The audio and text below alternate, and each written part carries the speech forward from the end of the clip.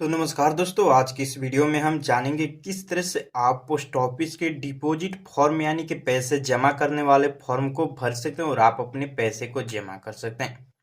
दोस्तों, अगर आप किसी भी बैंक में जाते हो, पंजाब नेशनल बैंक हो या स्टेट बैंक हो या पोस्ट ऑफिस हो या किसी भी बैंक हो, उसमें अगर आप जाते हैं तो आपके पैसे को जमा करना हो या अपने पैसे को निकालना हो, पैसे को निकाल सकते हैं और आप जमा भी कर सकते हैं। लेकिन उससे पहले क्या है कि आपको एक फॉर्म को फिल करना होता है, उसके बाद ही आप अपने पैसे को निकाल सकते हैं। तो किस तरह से फॉर्म को फिल करना है, इस वीडियो में हम जानेंगे। किस तरह से आप पोस्ट ऑफिस के डिपॉजिट फॉर्म को फिल कर सकते हैं, इस वीडियो में हम जानेंगे। दोस्तों, जो आपको स्क्रीन पर ये फॉर्म देखने के लिए मिलता है, इसको हमने दो भागों में डिवाइड किया है, क्योंकि इसमें आपको अच्छे से हम समझा सके कि क्यों इसको दो भागों में हमने डिवाइड किया है। तो चलिए वीडियो को शुरू करते हैं और आपको अच्छे से बताते हैं किस तरह से फिल करना है। इसको हमने क्यों दो भागों में डिवाइड किया है, यानी कि क्यों अलग अलग किया है। तो दोस्तों, वीडियो को शुरू करने से पहले अगर आप इस चैनल पर पहली बार आए तो चैनल को जरूर सब्सक्राइब करें और बेल आइकन को प्रेस करके इस वीडियो को एक लाइक जरूर कर दें। तो चलिए वीडियो को शुरू करते हैं। यहाँ पर दोस्तों, दो भागों में डिवाइड करने का ये मतलब हो जाता है कि अगर आप पोस्ट ऑफिस में कभी कभी जाते हैं तो क्या होता है कि ये फॉर्म जो दोस्तों आपको देखने के लिए मिलता है, वो फॉर्म जो है वो एक ही है, लेकिन पोस्ट ऑफिस वाले क्या करते हैं, इसके दो भागों में डिवाइड कर देते हैं। इस भी अगर फॉर्म को अगर आप फिल करना चाहते हैं तो फिल करके आप अपने पैसे को जमा कर सकते हैं। अगर आप इसके दूसरे भाग को फिल करके यानी कि भर के आप पैसे को जमा कर सकते हैं, क्योंकि दोनों में जो बॉक्स दिए होते हैं, कैलम दिए होते हैं, वो सेम ही दिए होते हैं, सेम चीज भरना होता है। तो पोस्ट ऑफिस वाले इसको दो भाग में कर देते हैं कि एक फॉर्म से दो बार आप किसी पैसे को जमा किया जा सकता है, यानी कि एक फॉर्म से ही दो लोग पैसे को जमा कर सकते हैं। ये फॉर्म कोई अलग यूज कर सकता है, इसको कोई अलग यूज कर सकते हैं, यानी कि एक ही फॉर्म से दो लोगों का पैसा जमा हो जाता है। इसलिए क्या है कि कुछ लोग यहाँ पर कुछ ऐसे ऑफिस होते हैं पोस्ट ऑफिस, उसमें इस फॉर्म को दो भागों में डिवाइड किया जाता है। कुछ में क्या है कि इसमें फॉर्म को दो भागों में अलग अलग नहीं किया जाता है, सेम ही रहता है, दोनों में सेम प्रोसेस यहाँ पर फिल करना होता है। जो आप इसमें फिल करते हैं वहीं आपको इसमें फिल करना होता है, क्योंकि दोनों यहाँ पर बॉक्स जो आपको देखने के लिए मिलते हैं, जो यहाँ पर लाइनें लिखा हुआ मिलता है वो सेम यहाँ पर भी लिखा हुआ मिलता है। जो इसमें फिल करना होता है वहीं इसमें भी फिल करना होता है। तो चलिए इसमें फिल करते हैं और आपको बताते हैं किस तरह से आपको अच्छे से भरना है और कौन सी गलती नहीं करना है।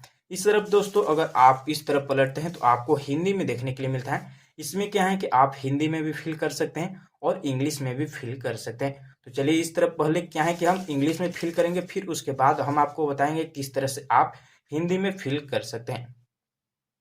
तो यहाँ पर दोस्तों सबसे पहले आपको देखने के लिए मिलता है, यहाँ पर आपको देखने के लिए सबसे पहले मिलता है क्या है कि आपको डेट, जिस भी डेट में आप पैसे को जमा करने के लिए जाते हैं वो डेट यहाँ पर डालना होता है। तो कुछ इस तरह से चलिए हम यहाँ से डेट को लिख लेते हैं। डेट लिखने के बाद आपको क्या करना है, कुछ इस तरह से यहाँ पर सही सही से डेट को फिल करना है, जिस भी डेट में आप पैसे को निकाल रहे हैं। डेट को फिल करने के बाद यहाँ पर आपका पोस्ट ऑफिस लिखा जाता है। आपका पोस्ट ऑफिस कहाँ है, यहाँ पर आपके पोस्ट ऑफिस के ब्रांच को लिखा जाता है। कुछ इस तरह से आपको पोस्ट ऑफिस के ब्रांच को लिख लेना है। लिखने के बाद यहाँ पर आपका अकाउंट टाइप क्या है, सेविंग खाता है या आरडी है या टीडी है, कुछ भी है जो यहाँ पर है आपका वो सिलेक्ट करना है। कुछ इस तरह से करने के बाद यहाँ पर आपको देखने के लिए मिलता है अकाउंट नंबर। दोस्तों, अकाउंट नंबर आप जब भी डालिए बिल्कुल सही सही डालिए, क्योंकि आपके लिए काफ़ी ज़रूरी होता है। अगर आप गलत अकाउंट नंबर को डाल देते हैं तो आपका पैसा गलत खाते में ट्रांजैक्शन हो जाता है, जिसके बाद आपके लिए काफ़ी नुकसान हो सकता है।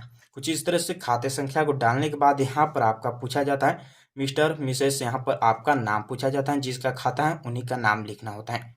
तो कुछ इस तरह से उनका नाम लिख लेना है। नाम लिखने के बाद आपको क्या करना है कि यहाँ पर देखने के लिए मिलता है रुपीज। आप कितने पैसे को निकालना चाहते हैं वो यहाँ पर आपको कुछ इस तरह से वर्ड में लिखना है। यहाँ पर आपको कितना निकालना है वो यहाँ से आप लिख सकते हैं। तो यहाँ से हम लिख रहे हैं 5000, यहाँ से 5000 रुपीज़ हम यहाँ से कुछ इस तरह से लिख लेते हैं। लिखने के बाद कुछ इस तरह से यहाँ पर आपको इस तरह से 5000 लिख देना है, कुछ इस तरह से लिख सकते हैं। लिखने के बाद यहाँ पर आपको मिल जाता है चेक यू नंबर। यहाँ पर दोस्तों अगर आप चेक से पैसे को जमा कर रहे हैं तो यहाँ पर आपको चेक नंबर डालना होता है, और यहाँ पर आपको जिस भी चेक पर जो डेट दिया होता है वो यहाँ पर डेट डालना होता है, और यहाँ पर bank name and IFSC code, किस बैंक का चेक है उस बैंक का आईएफएससी कोड क्या है यहाँ पर फिल करना होता है। तो चलिए हम चेक आपको दिखा देते हैं किस तरह से चेक होता है। तो यहाँ पर चलिए एक हम चेक यहाँ से ले लेते हैं और आपको दिखाते हैं।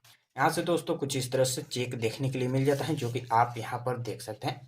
इसमें दोस्तों यहाँ पर जो डेट डाला होता है वही डेट को फिल करना होता है। और यहाँ पर दोस्तों आपका ये जो आगे का होता है, यहाँ पर जो आगे का आपका होता है ये जो है वो चेक नंबर हो जाता है। यहाँ पर कुछ इस तरह से चेक नंबर, यहाँ पर आपका बैंक, आईएफएससी कोड सब देखने के लिए मिल जाता है, यहीं आपको फिल करना होता है। तो कुछ इस तरह से आपको चेक में देखने के लिए मिल जाता है।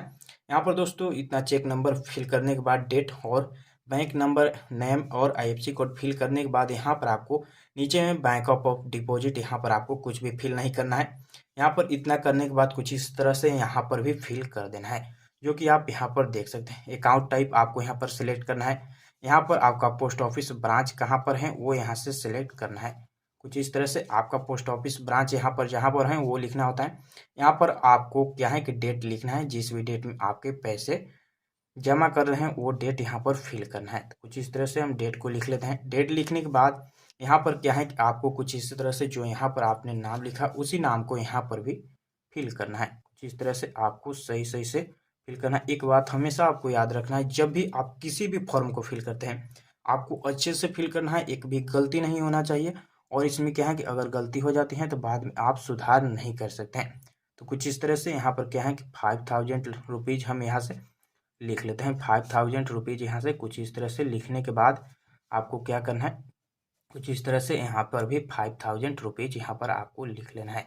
कुछ इस तरह से लिखने के बाद यहाँ पर जो हमने बताया चेक नंबर आपको लिखना है, यहाँ पर डेट लिखना है और यहाँ पर बैंक का नाम लिखना है। तो कुछ इस तरह से यहाँ पर आप लिख सकते हैं। और यहाँ पर आपको देखने के लिए बैंक नेम, आईएफएससी कोड, यहाँ पर दोस्तों आपको कुछ भी नहीं लिखना है। यहाँ पर आपको दोनों जगह क्या है कि सिग्नेचर यहाँ पर आपको नहीं करना है। यहाँ पर केवल देखने के लिए मिलता है सिग्नेचर ऑफ डिपॉजिटर, यहाँ पर आपको सिग्नेचर करना है। यहाँ पर आपका सिग्नेचर करना है, जिसका खाता है उन्हीं का सिग्नेचर यहाँ पर करना है। या हो सके तो जो लोग अंगूठे लगाते हैं वो यहीं पर अंगूठे लगा सकते हैं।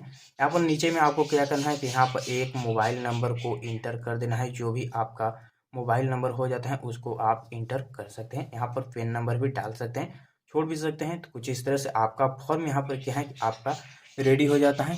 जिस तरह से आपका फॉर्म यहाँ पर रेडी हो जाता है, जो कि आप स्क्रीन पर देख सकते हैं। दोस्तों कुछ इस तरह से आप फॉर्म को भर सकते हैं। तो यहाँ पर चलिए इस तरफ अब हिंदी में आपको फिल करके यहाँ पर दिखाते हैं। तो कुछ इस तरह से फॉर्म हो जाता है, जो कि आप स्क्रीन पर देख सकते हैं हिंदी में भी। तो यहाँ पर उसी तरह से यहाँ पर हिंदी में अपने ब्रांच के नेम को लिखना है। कुछ इस तरह से आपको हिंदी में ब्रांच के नेम को लिखना है। जिस भी डेट में पैसे को निकाल रहे हैं वो यहाँ से डेट को फिल करना है। जिस तरह से हम फिल कर लेते हैं। फिल करने के बाद यहाँ पर आपके खाते के प्रकार को सिलेक्ट करना है और यहाँ से आपके अपने खाते को, नाम को, यहाँ पर नंबर को लिखना है। कुछ इस तरह से हम यहाँ पर नंबर को लिख लेते हैं। नंबर को लिखने के बाद क्या करना है, आपको यहाँ से अपना नाम लिखना है। जिसका भी नाम है उसी तरह से आप लिख सकते हैं, हिंदी या इंग्लिश दोनों में यहाँ से लिख सकते हैं, इसमें कोई आपको दिक्कत नहीं होता है। यहाँ से आप जितने पैसे निकाल रहे हैं वो यहाँ पर हिंदी में हम लिख देते हैं। कुछ इस तरह से 5000 रुपये, कुछ इस तरह से आपको फिल करना है। इतना लिखने के बाद यहाँ पर चेक संख्या डाल सकते हैं, अगर चेक से आप पैसे को निकाल सकते हैं। यहाँ चेक संख्या, दिनांक, बैंक का नाम, आईएफएससी कोड डाल सकते हैं और छोड़ सकते हैं। इतना हो जाने के बाद इस तरफ भी उसी तरह से आपको यहाँ पर खाते के प्रकार, यहाँ पर जो डेट में पैसे निकाल रहे हैं वो डेट को फिल करना है। और यहाँ पर जिसका खाता संख्या यहाँ पर फिल करने के बाद आपको नीचे में क्या है कि आपको नाम लिखना है। कुछ इस तरह से आपको खाते संख्या को सही सही से फिल कर लेना है। जो भी खाते संख्या को अगर आप फिल करते हैं, इसमें हम आपको डेमो के तौर पर दिखा रहे हैं, तो इसमें आपको जब भी फिल करना है सही से फिल करना है। इसमें हमने क्या है कि अलग अलग भी खाते को संख्या को लिख दिया है, तो इसमें आपको जब भी फिल करना है आपको पासबुक से देख कर ही फिल करना है। यहाँ पर जिनका है उनका यहाँ से नाम लिखना है। नाम लिखने के बाद कुछ इस तरह से आपको जितने पैसे निकाल रहे हैं वो यहाँ पर कुछ इस तरह से आपको लिखना है।